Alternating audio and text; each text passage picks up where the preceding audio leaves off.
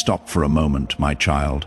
Whatever your hands are holding, let it rest, because what I am about to tell you will change the way you see everything you have walked through. While I was preparing this word for you, I paused over your life. Something I saw in you made all of heaven grow quiet. Not something you planned, not something you did to be admired. Something that rose out of you so naturally that you never guessed the weight it carried in the unseen world. I want you to hear this in stillness, because it will not settle into a hurried heart. This is not a word for a crowd. It is for you alone. The one whose heart is beating a little faster right now without knowing why. Your spirit recognizes my voice, even while your mind is still deciding whether to believe. That quiet stirring you feel is not these words placing something new inside you. It is my spirit confirming what you have sensed for days. Let me tell you what I saw. Not long ago you passed through one of the hardest stretches of your road. Something came against you that seemed designed to break you. The wrong done to you was real. It was not imagined, and it was not small. The person who hurt you gave you every reason to answer in kind. Anyone who knew the whole story would have understood if you had turned cold or cruel or simply walked away. In that moment, your own nature was shouting at you. It told you to repay what you had received. It told you to defend yourself, to expose them, to let the fire in your chest have its way. Every reasonable voice inside you argued for anger. An anger would have been easy to excuse, but something deeper in you chose another road. You held your tongue when a single sentence could have wounded them. You covered them when you could have laid their failure bare before others. You stayed and tried again when leaving would have cost you nothing in the eyes of anyone. You answered a real injury with a real mercy. And heaven does not pass over a thing like that. Hear me carefully, because I want you to understand why this mattered so much. Hearts tend to move in patterns, and those patterns have not changed since the beginning. Wound a person, and they grow hard. Betray them, and they reach for revenge. Treat them unjustly, and bitterness takes the empty chair at their table. This is the ordinary way of flesh. And I am not surprised by it. I have seen it in every generation. But once in a great while, a soul does something that breaks the pattern. A soul answers darkness with light, not because a crowd is looking on, but because of what lives in them. When that happens, it is not a small event in my sight. It moves me. And you, my child, made one of those moments happen. Understand, this is not about survival. Many people endure hardship through stubbornness or because they have no other choice, and I am gentle with them too. But what you did was different. You were struck, and you blessed. You were wronged, and you refused to become wrong yourself. You proved that what surrounds you does not get to decide what comes out of you. That is rare. Most souls can be read like the weather. Be kind to them, and they warm. Be harsh with them, and they turn to frost. Their insides rise and fall with whatever the day brings them. But you showed that nothing done to you has the power to turn you into someone you were never meant to be. Your character held from the inside in the dark, under pressure, with no reward in sight. And here is what you could not have known. No audience stood near you in that moment. You were not performing for anyone, on earth or above it. You were simply being who you are when no one is looking. That is exactly why it carried such weight. A kindness rehearsed for onlookers is a shallow stream. A kindness that flows when the heart believes itself unseen comes from the deep places. And the deep places are where I look first. I searched your recent days the way a father reads a letter from a child he loves. Slowly, missing nothing. I saw the battles inside you that no other living soul knows about. I saw the words you swallowed. I saw the nights. You talked yourself out of bitterness one more time. I saw the mornings you rose and chose gentleness again, with no evidence that it was working. Each of those choices was recorded. Not one of them fell to the ground, and I will tell you what I said over you in that hour, so you can carry it for the rest of your days. I said this one reminds me why I made the human heart. Think slowly about that.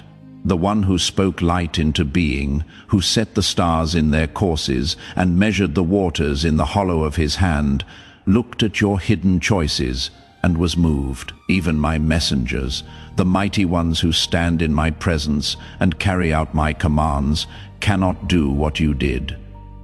They serve me while beholding my glory. Obedience costs them little, for they live in the full light of what is true.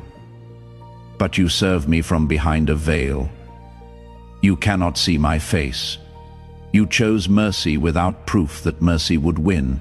You kept faith in the dark, where faith actually cost something. That is a glory the angels themselves stop to consider. So before I say anything more, I want you to receive this one truth and let it stand. You did not find this word by accident. I arranged this hour.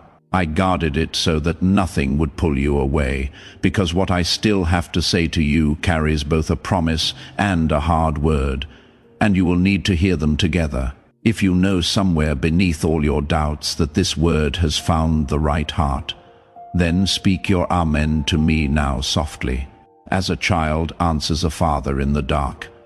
Now let me show you something you have never been able to see, the part of your story that unfolded beyond your sight. Because when you chose kindness over righteous anger, you did not simply do a good deed. You struck a blow in a battle. You did not even know you were fighting. There is a reason darkness presses so hard against a soul like yours. Its aim has never been merely to hurt you. Its aim is to change you. Every attack you have endured carried the same hidden purpose: to pull you down into bitterness, to teach your heart to hate, to make you answer poison with poison. For when a soul returns evil for evil, it steps out from under my covering and begins to move by the very power that seeks its ruin, that has been the strategy against you from the first day. But when you answered the attack with blessing, you overturned the whole scheme. Malice was sent toward you, and it found nothing in you to grip. Where love stands its ground, ill will cannot take root. It returns to the one who sent it. What was meant to wound you circled back upon its source, and you never lifted a hand. You disarmed your enemies with the one weapon they have no answer for. And here is what moved me even more deeply. This was not a trick you learned or a discipline you rehearsed. It rose from your nature. You are at the root of you, merciful, under pressure that would have soured most hearts. With almost no one standing beside you, mercy is simply what came out. When you were crushed, what spilled from you was not venom. That told me everything about what has been growing in you through all these hidden years. Then I looked further back across your road, and I found something that pleased me more than any single act could. A pattern. Your kindness in that hard moment was not a lonely island. Again and again, across seasons no one celebrated, you have chosen the harder right over the easier wrong. You told the truth when a lie would have been safe and unseen. You kept your word when keeping it cost you. You showed patience to people who never understood what it cost you and may never thank you. You have been living like one of my chosen ones without knowing you were doing it. No applause, no certainty that any of it mattered, no sign in the sky telling you to continue. You did what was right for no other reason than that. It was right in small matters and in costly ones when anyone would have excused you for less. That kind of steadiness held over years and in secret is the mark I searched the whole earth to find. It is what separates a soul I can bless from a soul I can trust. So let me now open your eyes to what has already begun shifting around you, because heaven's regard is never idle. My favor moves, it leaves evidence, and when you learn to recognize the evidence, you will stop calling it coincidence. Consider first what has been happening to the schemes against you. Think back over these recent weeks. There were those who spoke against you, who worked quietly to see you fall, who sent ill will toward your life like arrows loosed at night. Now consider what has become of their plans. Efforts that should have succeeded came apart for no reason anyone can name. Matters they believed were firmly in hand slipped through their fingers. Doors they meant to shut against you would not stay shut. That is not luck, and it is not chance.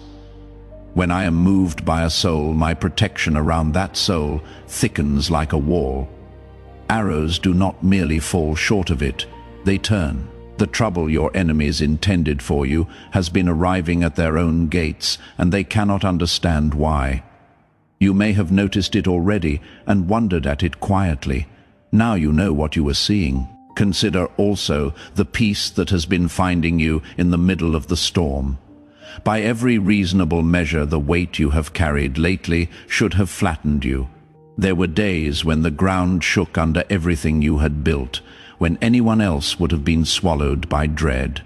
And yet in the very center of it, a strange calm kept visiting you. Not because your problems dissolved, they did not. The calm came anyway, out of all proportion to your circumstances. That peace has no earthly explanation, and you know it. You have felt it and asked yourself where it could be coming from. It comes from me.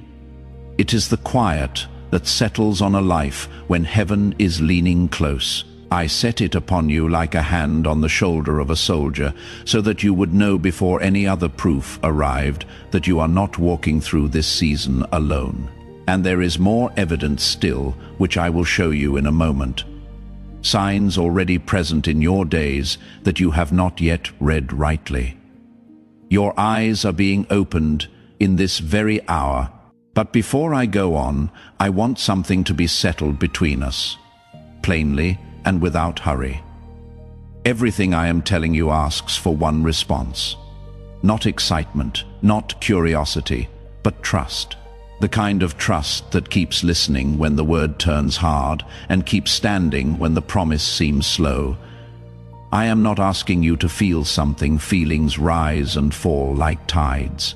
I am asking you to set your heart the way a builder sets a stone and let it remain where you set it. For I have not come today only to comfort you. Comfort alone would leave you exactly where you stand, and I love you too much for that. I have come to lift you, to correct you, to prepare you, and to place something in your hands that you have stopped expecting. All of it is real, and all of it is nearer than you think. If your heart is open and you are willing to hear every word I have for you today, the gentle and the firm alike, then answer me now and say, I am listening, Father.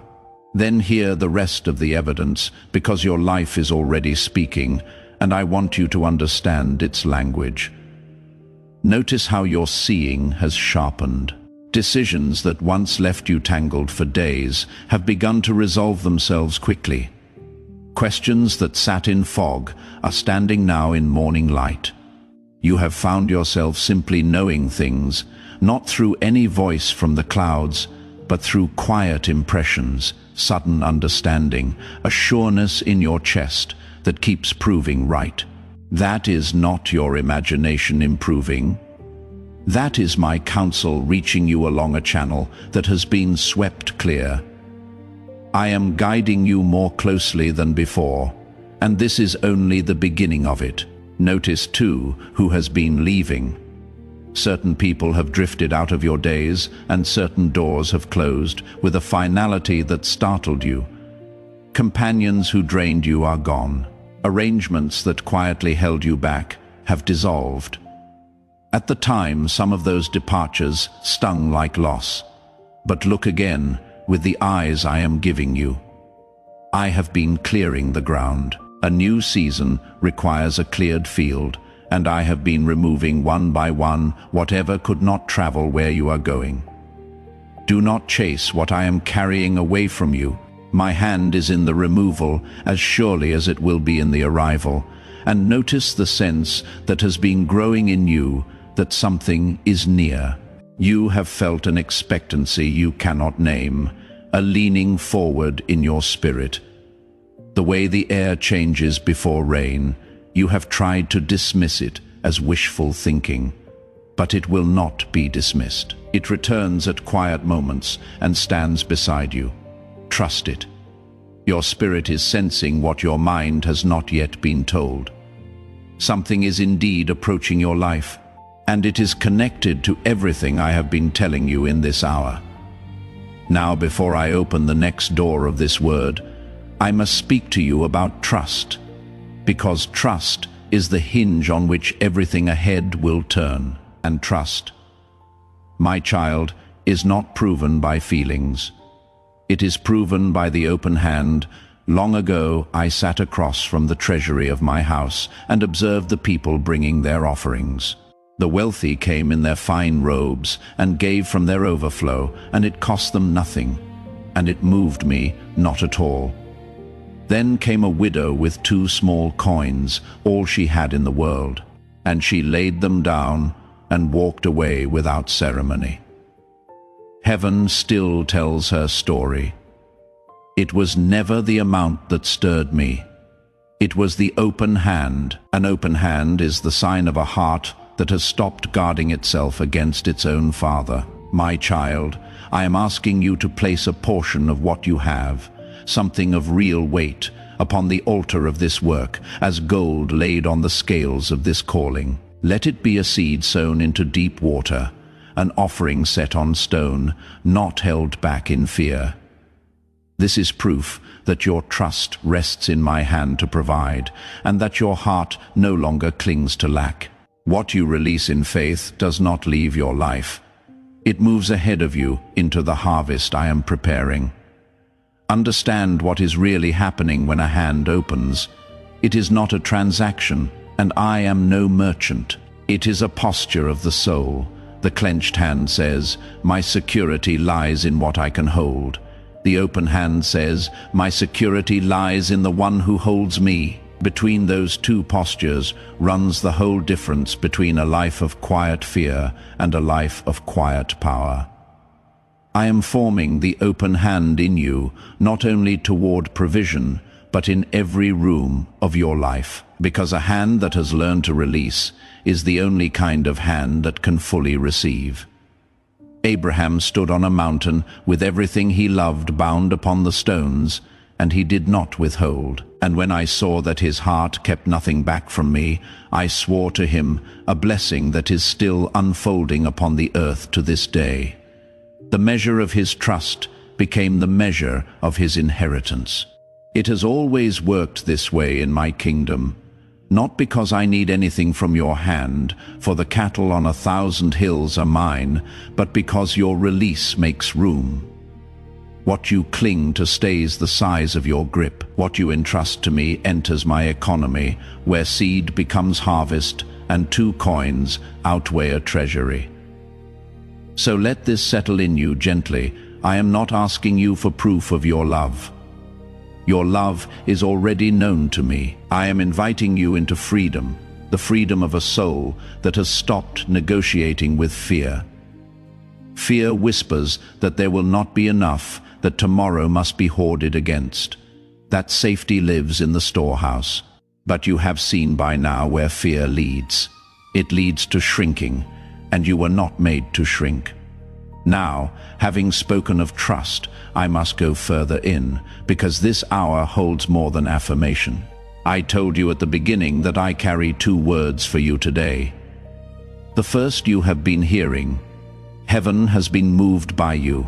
Favor is gathering around you, and evidence of it already marks your days.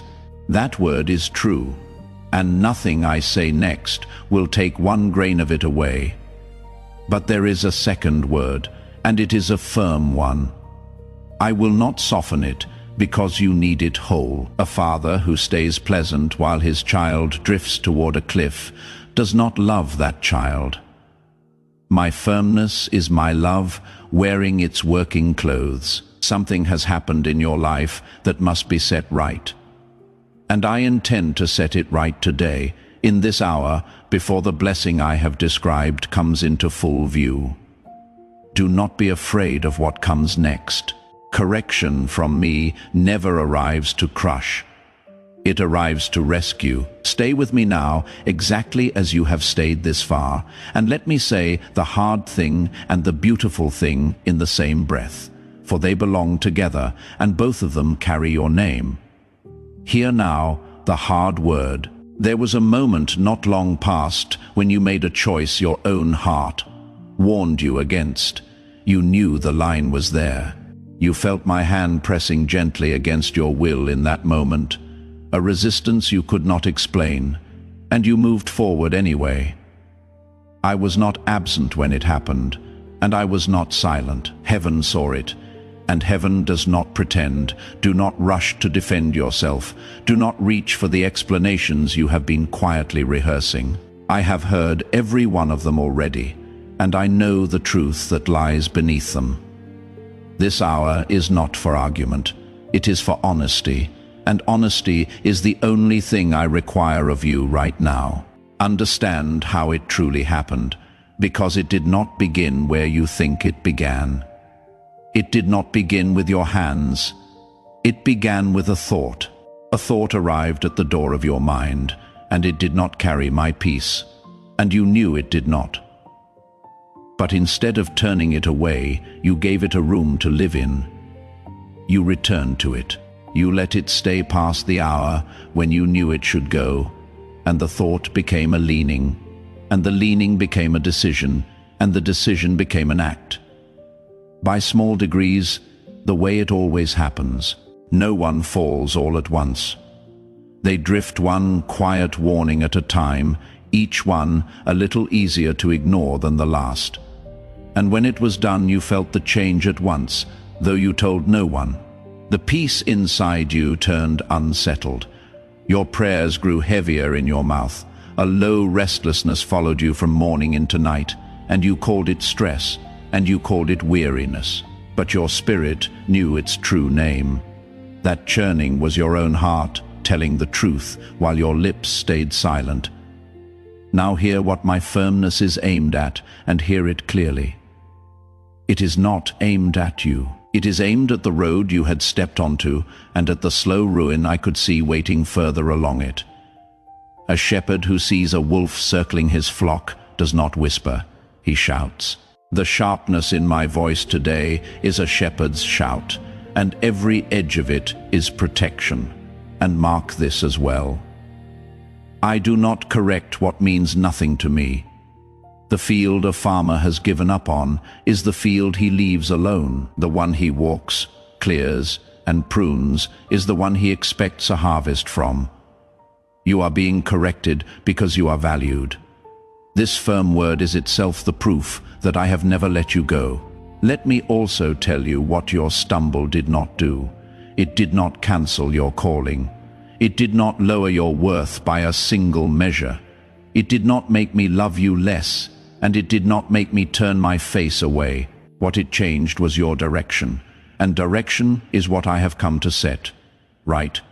A traveler on a wrong road is not worthless. He is simply headed somewhere he must not go, and I refuse to let you go there. The greatest danger before you now is not the stumble itself. It is pride.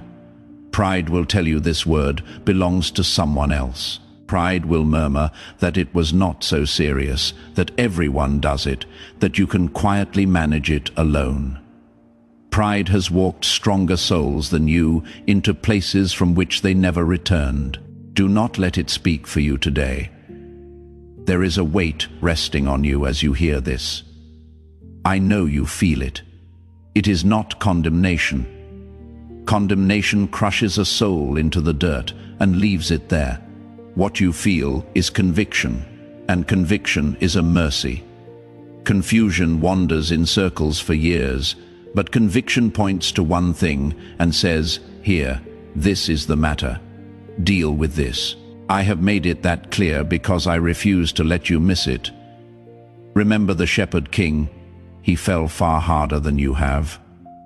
He took what was not his, and he covered it, and for a season he called the covering peace. But when my word finally cornered him, he did not argue. He spoke 4 plain words. "I have sinned against you." And that broken honesty opened a door to mercy that his crown could never have purchased. I am listening for those 4 words from you. Not a performance of sorrow, not endless self-punishment, just the plain truth from a plain heart, with nothing hidden behind your back. So here is the way home, and I ask you to walk it without skipping a single step. For the road back is shorter than you fear, but it must be walked honestly, or it is not walked at all. The first step is honesty with yourself. Name what happened fully, with no excuse stitched to it. Do not dress it up, and do not shrink it down. What is brought into the light loses its power to hide, and what stays hidden keeps its grip. Bring it out into the open before me, all of it, and you will feel its hold begin to loosen the very moment you do. As long as you defend the thing, you remain tied to the thing. You do not need to win an argument with me. You need only tell me the truth, and the truth is something I have already made a way through. The second step is to turn back to me deliberately, not casually. Do not think of me in passing the way you think of the weather. Come to me on purpose. Speak to me plainly, in your own words, as a child speaks to a father he trusts. Then be still and let the stillness do its slow, deep work. In that stillness something will shift. The cold draft from that open door will fade. The churning will grow quiet. That is the sound of a door closing, my hand on the latch and your heart in agreement. What was opened in a careless moment is shut in a deliberate one. And there is a third step, the one most souls refuse. And I will not let you refuse it. You must forgive yourself, not excuse yourself. Forgive yourself. There is a difference, and your freedom depends on knowing it. Guilt that lingers after true repentance is not devotion. It is a weight I never asked you to carry, and it chains you to a moment I have already dealt with. If I have released you, who are you to keep yourself imprisoned? Lift your head. The account is settled, not by your suffering, but by my mercy. Your sorrow had its hour and did its honest work, and now its hour is over. From this day forward, dragging that failure behind you is not humility. It is unbelief, and I am asking you to lay it down. Understand also the difference between a mistake and a pattern, because everything ahead depends on it. A mistake is a single stumble on the road. A pattern is a road of its own, walked so many times that the feet no longer ask where they are going. What happened to you was a stumble, but underneath it, I saw a pattern beginning to form, and that is the deeper thing I am healing today. This was not the first time you felt that inner hesitation and stepped past it. You remember the other moments even now. Each seemed small, but small compromises are seeds, and they grow in the dark as faithfully as good seed grows in a field. I am pulling this one up while the root is still shallow. That is not harshness. That is a gardener who knows what the full-grown plant becomes. Now the correction has done its work, and my voice changes its labor. I begin to rebuild, and I will start with the one skill that would have spared you all of this, knowing my voice among all the others.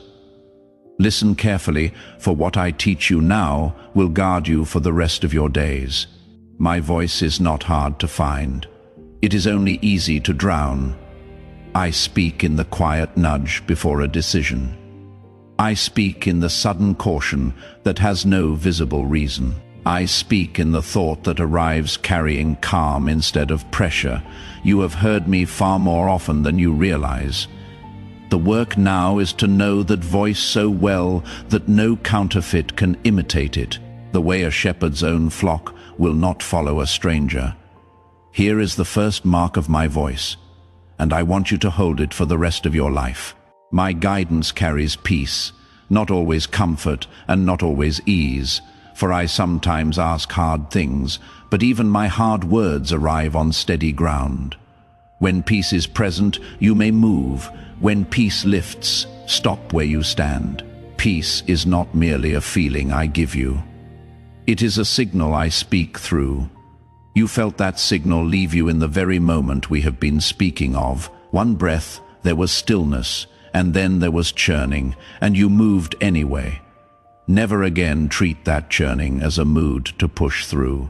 It is a sentry on your wall, and when the sentry calls out, the gates are to be shut, not argued with.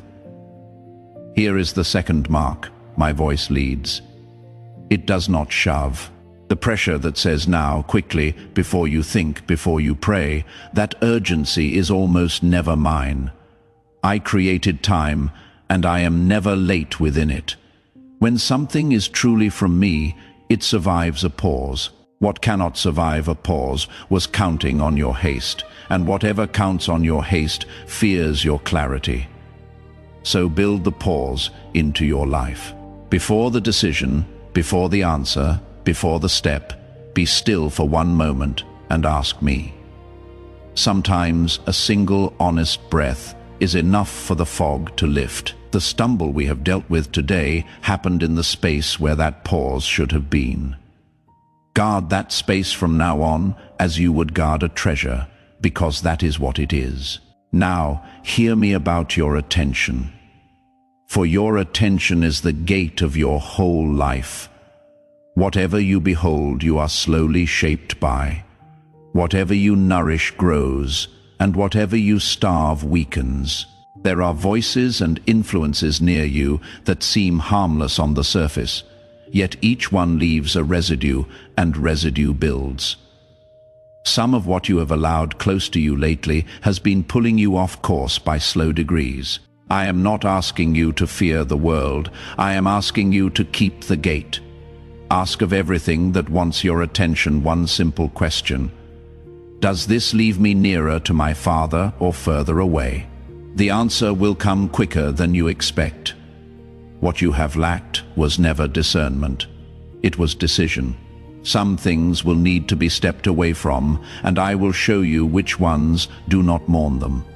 This is not loss. It is pruning. And pruning is done only to branches meant to bear more fruit, never to branches that are finished. When the vine dresser cuts, the vine does not shrink. It readies. Guard also the words you speak inside yourself when no one is listening. That inner voice has been harsher to you than any enemy, harsher than I have ever been. It calls you a failure where I call you my child.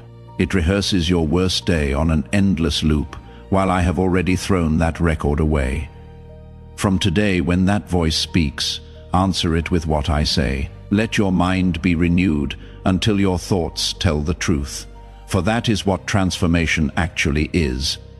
Not effort piled upon effort, but a mind slowly retrained to agree with heaven. When your thoughts align with my truth, your choices follow without strain, the way a wheel follows the road.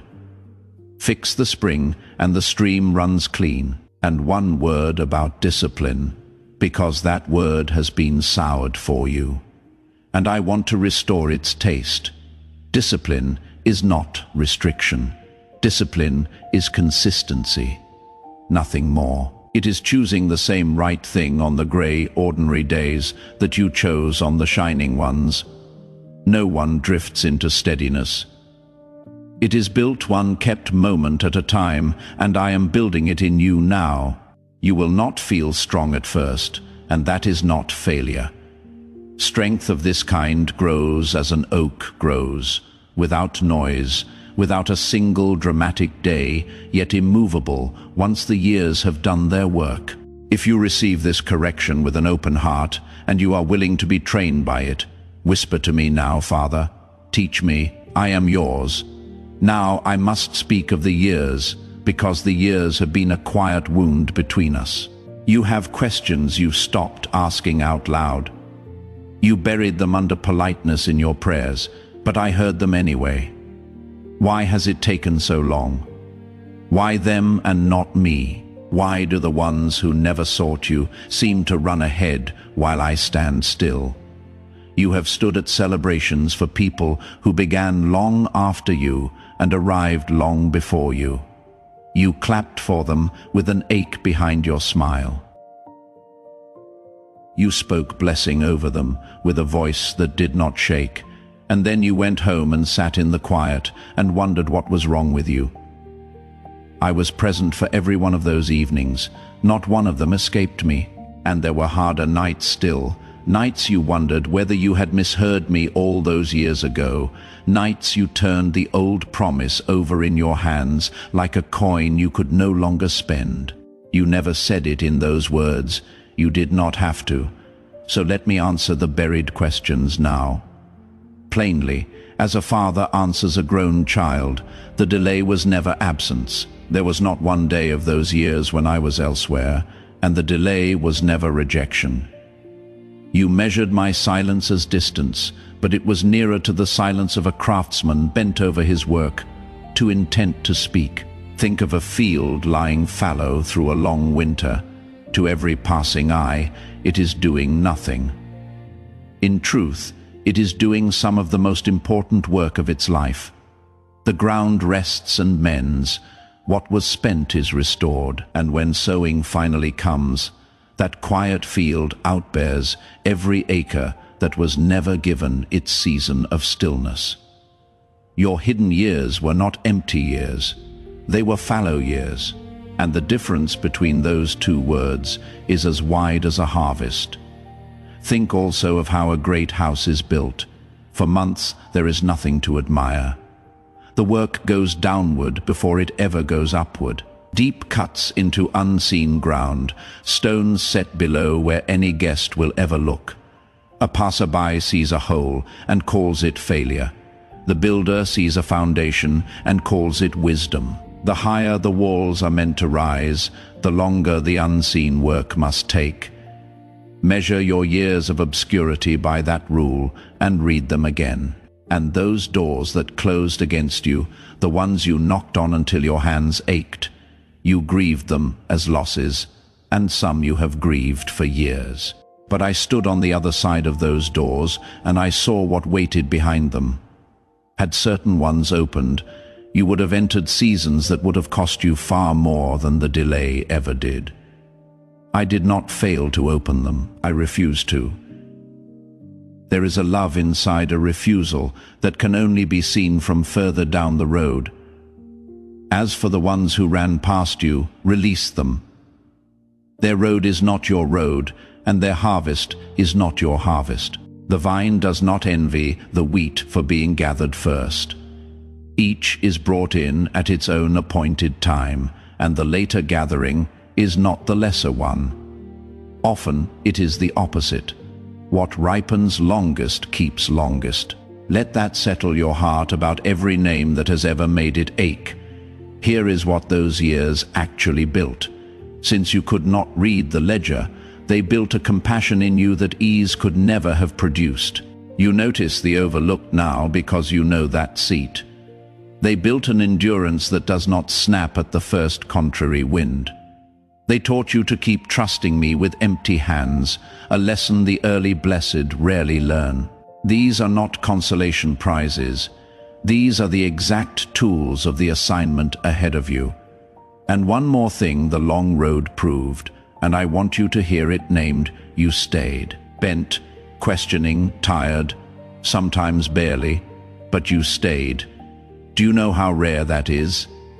Many have walked away from me over lighter disappointments than yours. You carried yours into my presence again and again, and kept speaking to me from underneath it.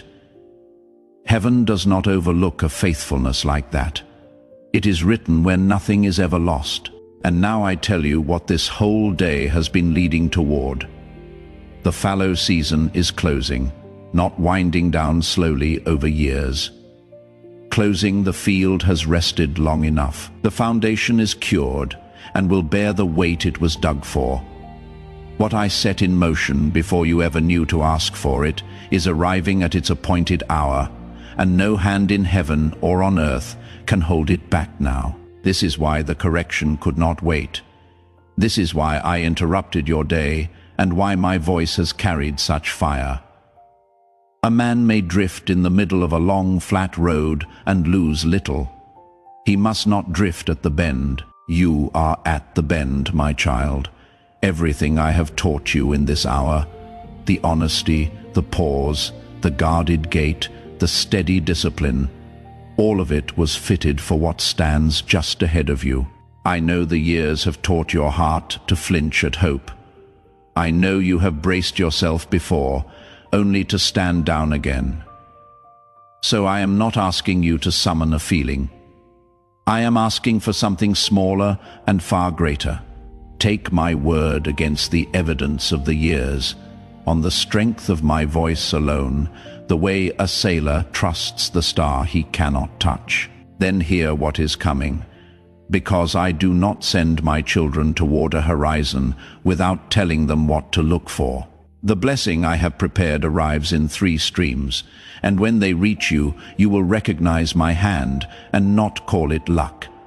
The first stream is sudden favor. Doors will begin opening that you never knocked on. A conversation that seems ordinary will turn, in a single sentence, into the connection your path required. People who never noticed you will find you resting on their minds and not know why, but you will know why. I go ahead of my children. I speak their names in rooms they have not yet entered. What years of striving could not force open, one appointed moment will. When it happens, do not stand doubting at the threshold. Recognize it, thank me, and walk through. The second stream is restoration, and it runs deeper than you expect.